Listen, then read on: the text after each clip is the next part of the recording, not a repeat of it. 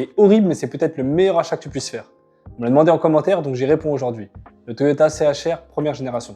Ça vaut combien sur 10? Du point de vue du design, clairement, c'est assez clivant. À sa sortie, les arêtes anguleuses, moi je pouvais pas me les voir. La première génération, même la face avant, est pas forcément incroyable, mais à force de le voir, on commence à s'habituer. Mais avec du recul, objectivement, c'est pas un très beau véhicule.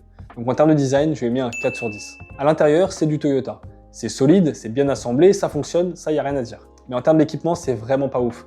L'écran, il est daté. Les équipements intérieurs sont clairement pas à la hauteur de la concurrence, de ce qui se faisait en Europe en tout cas. Et même si tu les prends en haute finition, très clairement, c'est un peu vieillot. Et si on ajoute à ça l'espace intérieur et le coffre qui a clairement été sacrifié au profit du style, on est sur un intérieur assez moyen, donc je lui mets juste la moyenne avec un 5 sur 10. Et maintenant parlons de la fiabilité. Et là pour le coup c'est extraordinaire. Que ce soit en essence ou en hybride, c'est une des voitures les plus fiables du marché et les plus fiables jamais conçues. La motorisation hybride de Toyota est peut-être la plus fiable qui roule actuellement sur nos routes. Et il suffit de regarder le nombre de VTC ou le nombre de taxis qui roulent avec un Toyota CHR pour comprendre que la fiabilité de cette voiture n'est juste pas approuvée. En termes de fiabilité, je lui mets un 10 sur 10. Maintenant, parlons de la cote et de la revente de cette Toyota CHR première génération.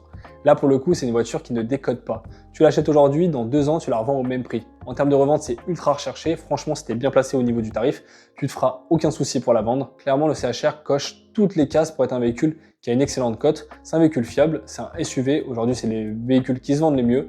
Et donc, forcément, la cote et la revente restent excellents. Donc en termes de cote et de revente, j'ai eu un excellent 9 sur 10. Et pour finir, parlons du rapport qualité-prix. Bon, comme je l'ai dit, en termes de fiabilité, c'est un excellent véhicule, mais sa cote a été tellement haute que c'est un véhicule qui coûtait beaucoup plus cher que la concurrence, surtout à équipement et design équivalents. Très sincèrement, quand tu regardais les SUV urbains de l'époque, franchement, tu les trouvais avec 3-4 000 euros moins cher que le CHR. Alors oui, la fiabilité explique ces tarifs qui étaient mirobolants, mais depuis l'arrivée du Toyota CHR deuxième génération, ça a quand même régulé le marché. Donc en termes de rapport qualité-prix, alors oui, c'est un très bon véhicule, mais il a été quand même assez surcoté pendant un temps. Donc je lui mets un 7 sur 10. Le Toyota CHR première génération obtient une moyenne générale de 7 sur 10, ce qui en fait le meilleur SUV urbain à choisir si t'es pas trop regardant sur le style ou les équipements.